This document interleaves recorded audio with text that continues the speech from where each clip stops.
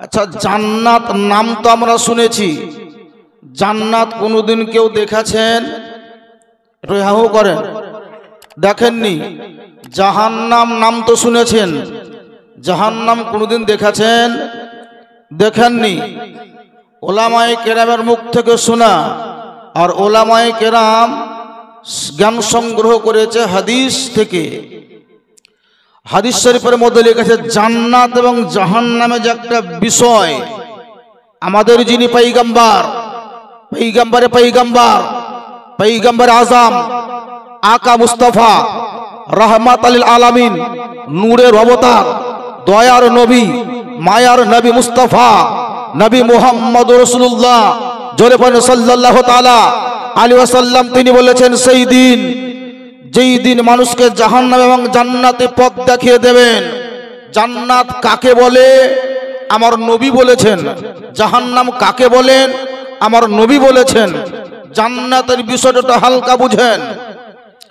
আমাদের যিনি পয়গম্বর নবী বলেছেন, কোন একজন জান্নাতি ব্যক্তি, কোন একজন জান্নাতি ব্যক্তি জান্নাতের ভিতরে ঘুরতে ফিরতে, উঠতে বসতে, চলতে ফিরতে, কখনো যদি তার মনে চাহে, মন চাহিছে যে আমি এক গ্লাস টাটকা গরম দুধ পেলে পান করতাম, জান্নাতের ভিতরে জান্নাতি ব্যক্তি মনে করলো কি টাটকা গরম দুধ যদি পাই তো পান করব।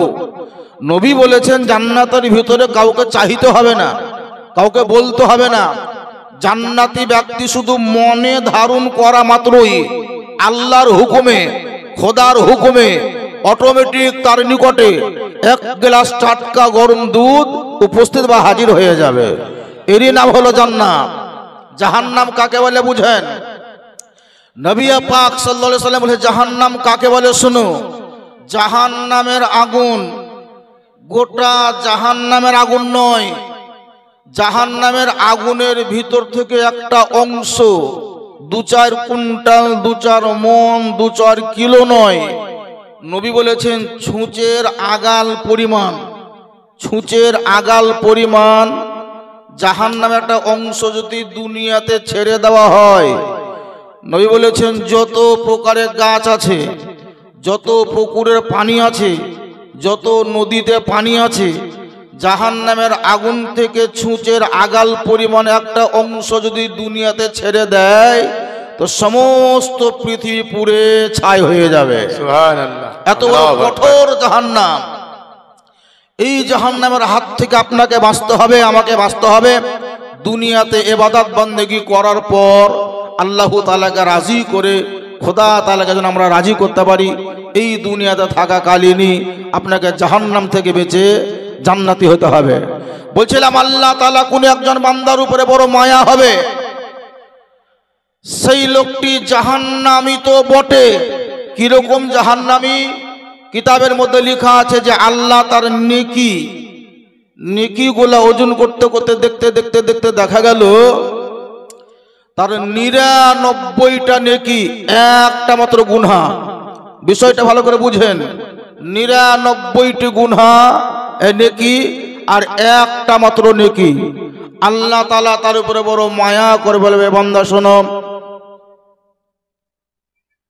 এই হাসরের ময়দান তুমি একবার ভালো করে দেখো, যে ময়দানে তোমার স্ত্রীও হয়তো উপস্থিত আছে, মা আছে, বাপ আছে, বন্ধু আছে, বান্ধব আছে, গ্রামের মানুষ, পাড়ার মানুষ, দেশের মানুষ, পরিচিত অপরিচিত যত তোমার বন্ধু বান্ধব মানুষ আছে, তোমার 99টা সংগ্রহ করা নেকি পাওয়া গেল, মাত্র একটা গুনাহ হলো। এই হাসরের ময়দান থেকে কাউরির কাছ থেকে যদি তুমি একটা মাত্র নেকি সংগ্রহ করতে পারো, নেকি আনতে পারো, আমি আল্লাহ একটা নেকি আনার বদৌলতে তোমাকে আমি জান্নাতি বলে ঘোষণা করে দেব। যাও, তুমি এই হাসরের ময়দানে তোমাকে সুযোগ দিলাম, সুবিধা দিলাম, যাও তুমি একটা মাত্র নেকি সংগ্রহ করো। ওই গুনাহগার একটা গুনাহওয়ালা 99টা নেকিওয়ালা মানুষটা মনে মনে চিন্তা করবে আমি মাত্র একটা নেকি সংগ্রহ করতে, বেশি সময় লাগবে না, বেশি দেরি লাগবে না, মাত্র যাব আর কাউরির কাছ থেকে নেকিটা চেয়ে নিয়ে চলে আসব। আল্লাহ তাআলা রাব্বুল আলামিন তাকে সুযোগ সুবিধা দেবে, যাও তুমি একটা নেকিগুলো সংগ্রহ করে নিয়ে এসো, আমি আল্লাহ তোমাকে জান্নাতি বলে ঘোষণা করে দেব। ও বিরাদানি ইসলাম মুআজ্জাজ সামাইনে কেরাম, আজকে তেতুলিয়া গ্রামে যদি কেউ কোনো মানুষ বিপদে পড়ে যায়, ওই বিপদ থেকে উদ্ধার করার জন্য হয়তো মানুষ ছুটে চলে আসবে। তেতুলিয়া গ্রামে যদি কেউ বিপদগ্রস্ত হয়, পাড়ার মানুষ তাকে সহযোগিতা করার জন্য ছুটে চলে আসবে। কাউরি যদি হসপিটাল নিয়ে যেতে হয়, তার জন্য 10টা লোক ছুটে চলে আসবে। কিন্তু ওই হাসরের ময়দানে আল্লাহ রাব্বুল আলামিন বলবে, বান্দারে একটা মাত্র তুমি নেকি সংগ্রহ করে নিয়ে আসো।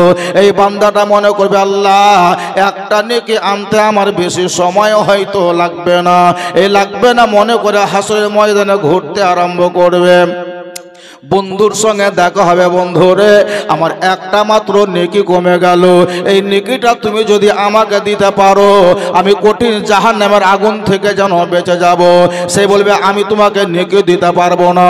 বাপের কাছে যাবে, বলে, আব্বা গো, তুমি তো আমার জন্য দুনিয়াতে অনেক কিছুই করেছো, মানুষের সঙ্গেও হয়তো ঝগড়াঝাটি করেছো, ওগো আমার আব্বা, আজকে আমার উপকার কেউ করে না, একটা মাত্র নেকি কমে গেল, একটা নেকি যদি তুমি আমাকে দিতে পারো, আল্লাহ আমাকে জাহান্নাম থেকে বাঁচিয়ে জান্নাতের দিকে আল্লাহ জান্নাতি বলে ঘোষণা করবে। বাপ বলবে, বেটা রে,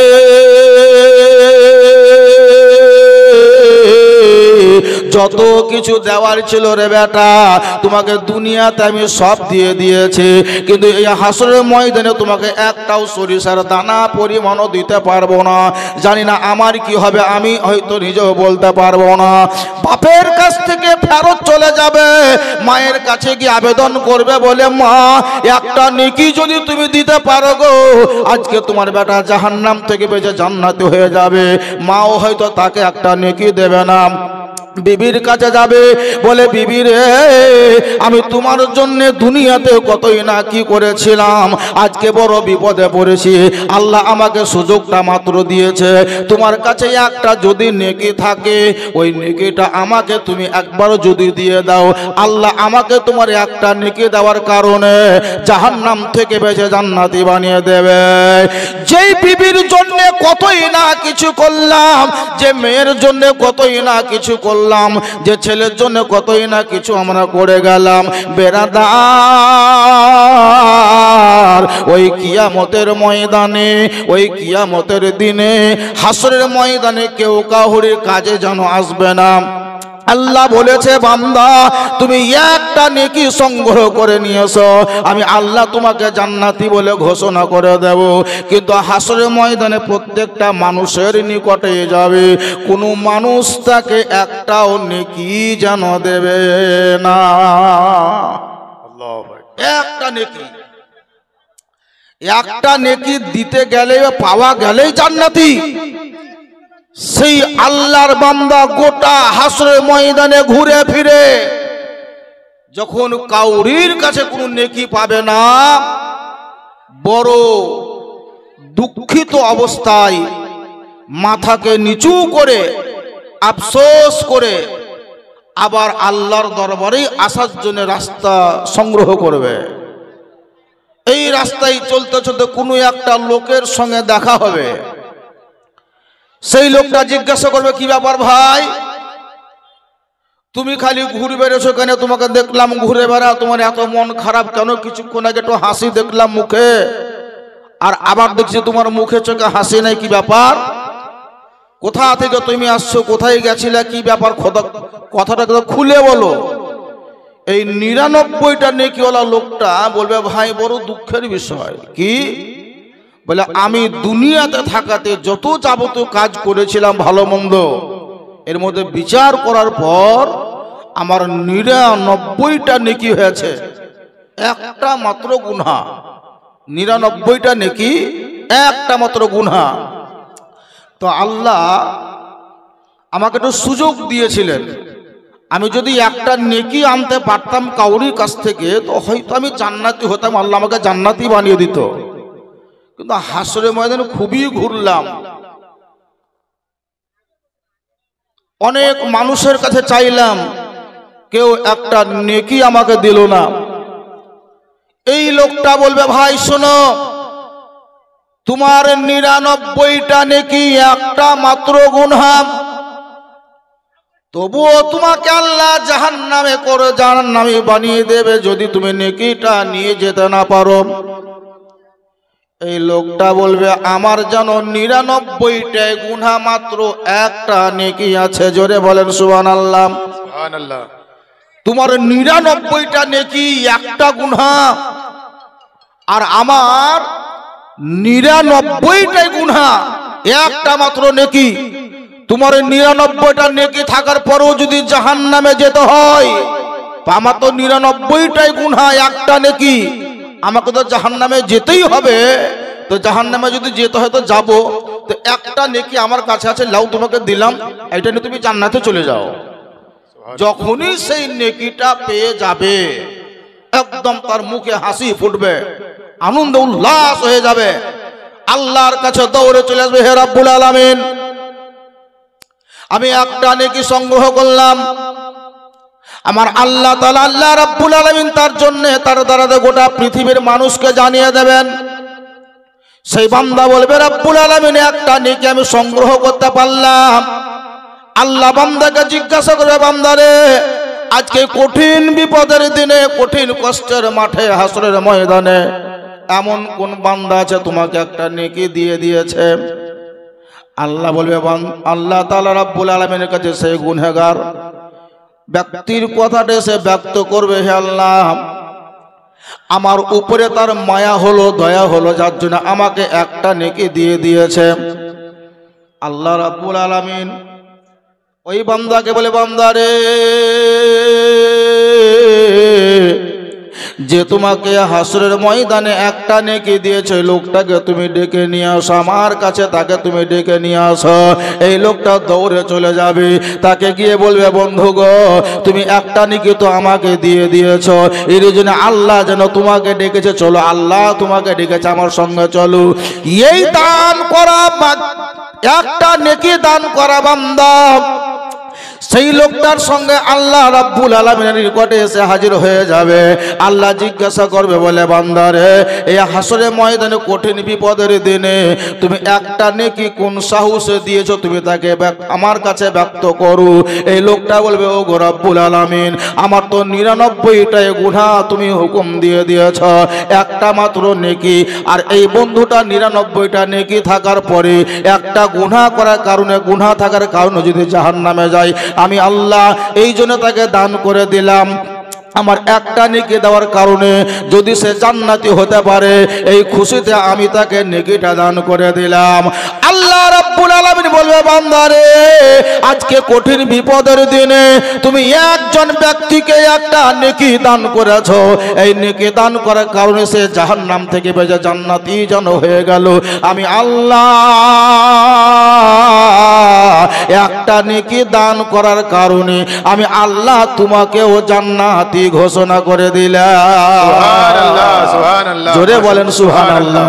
সুবহানাল্লাহ, মাশাআল্লাহ। আল্লাহ তাআলা বলবে, তুমি যখন একটা নেকি দিয়েই দিয়েছো, তো তোমার নেকি দেওয়ার কারণে সে জান্নাতি হলো, তো আমি আল্লাহ একটা নেকি দেওয়ার কারণেই আমি তোমার সব গুনাহকে মাফ করে দিলাম, আর তোমার এরই সঙ্গে তোমাকে আমি জান্নাতি ঘোষণা করে দিলাম। জোরে বলেন সুবহানাল্লাহ।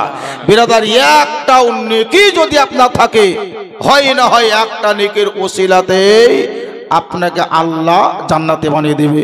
সবাই মিলে জোরে সোরে ভক্তি ভরে দুরূদ শরীফ পাঠ করেন, আল্লাহুম্মা সাল্লি আলা সাইয়্যিদিনা মাওলানা মুহাম্মদ ওয়া আলা আলি সাইয়্যিদিনা মাওলানা মুহাম্মদ ওয়া আলা আলি সাইয়্যিদিনা মাওলানা মুহাম্মদ चल चल मदीना जल्दी चल। जोरे बोलें सुभान अल्लाह। सुभान अल्लाह। चल चल चल मदीना जल्दी चल। तैयबा नगर को जाना है, जख्म जिगर दिखलाना है। तैयबा नगर को जाना है, जख्म जिगर दिखलाना है। आज नहीं तो कल, सुभान कल अल्लाह। सुभान अल्लाह। कल चल चल चल मदीना जल्दी चल। जोरे बोलें सुभान अल्लाह। सरवर आलम नूर मुजस्सम हम पे करम फरमाएंगे, हम पे करम फरमाएंगे। सरवर आलम नूर मुजस्सम हम पे करम फरमाएंगे, हम पे करम फरमाएंगे। हमको एक ही है अपने रोजे पर आका हमें बोलाएंगे, आका हमें बोलाएंगे। अरे हम भी मदीने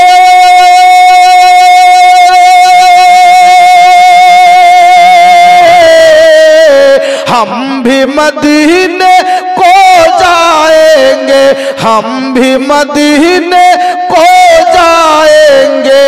आज नहीं तो कल चल चल चल मदीने जल्दी चल।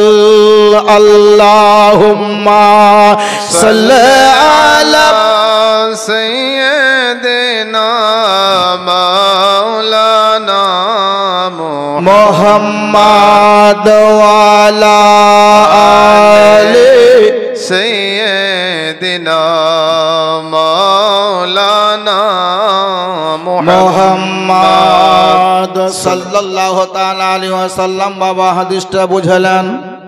আমার আল্লাহ রাব্বুল আলামিন সেই বান্দাকে বলবে, বান্দারে তুমি তোমার নিজের দিকে তাকিয়ে না দেখে আমার কোন একজন বান্দাকে তুমি দান করেছো, এর জন্য আমি আল্লাহ তোমাকে জান্নাতে বানিয়ে দিলাম, তোমাকে জাহান্নামে যেতে হবে না।